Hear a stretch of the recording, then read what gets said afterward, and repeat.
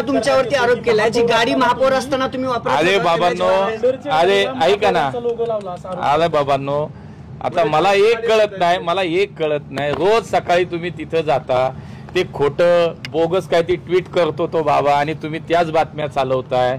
आता मी तुम्हाला सांगतो, मी 2 वेळा स्पष्टीकरण दिलं, आज शेवटचं स्पष्टीकरण तुम्हाला देतो. मी तुम्हाला सांगतो की प्रत्येक गोष्टीचा पुरावा मागा रे बाबांनो, उगाच काय ती कशाला लावताय. गाडी बरोबर, मी तुम्हाला सांगतो, पुण्यातला पहिला महापौर आहे ज्याने स्वतःच्या खर्चाची गाडी वापरली 2.5 वर्ष, महानगरपालिकेची गाडी वापरली नाही. राहिला विषय बडेकरांच्या नावाची गाडी कुठली आहे? बडेकर प्रॉपर्टीज. माझ्या लोकसभेच्या निवडणुकीच्या प्रतिज्ञापत्रामध्ये मी स्पष्ट दिलंय की मी या पार्टनरशिपमध्ये मी पार्टनर आहे. त्या पार्टनरशिप मधली माझी गाडी मी वापरली, मी स्वतःची गाडी वापरली, स्वतःचं इंधन वापरलं. अरे बाबा, इतका कृतज्ञ का होताय?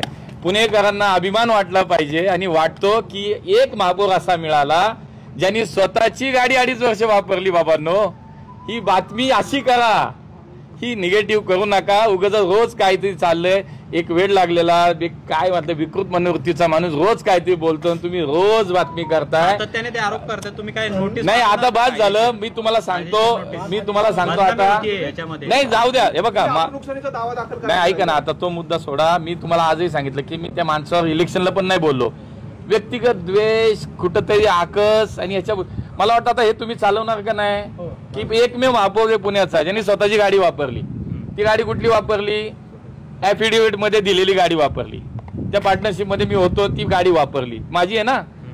अरे काय चाललंय, काहीतरी पोस्ट टाकली, तुम्ही पण आपल्या लगेच तुम्हाला वाटतं सनसनाटी, काही सनसनाटी नाही, बोगस कार्यक्रम चाललाय त्याला आता तुम्हीच थांबवा. तुम्ही विचारा की बाबा कागद दाखव आणि मग बातमी करा. आता हे किती वेळा तुम्हाला सांगू बाबांनो. त्यामुळे आता हे शेवटचं स्पष्टीकरण आहे.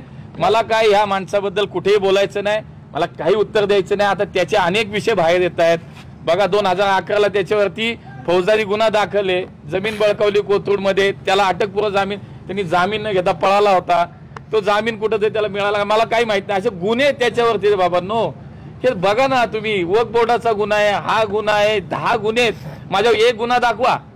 उगाच आपलं काहीतरी रोज त्यांनी काहीतरी बडबड करायची, आणि रोज आपली मीडिया मात्र चालली आहे. काय नका करू आता.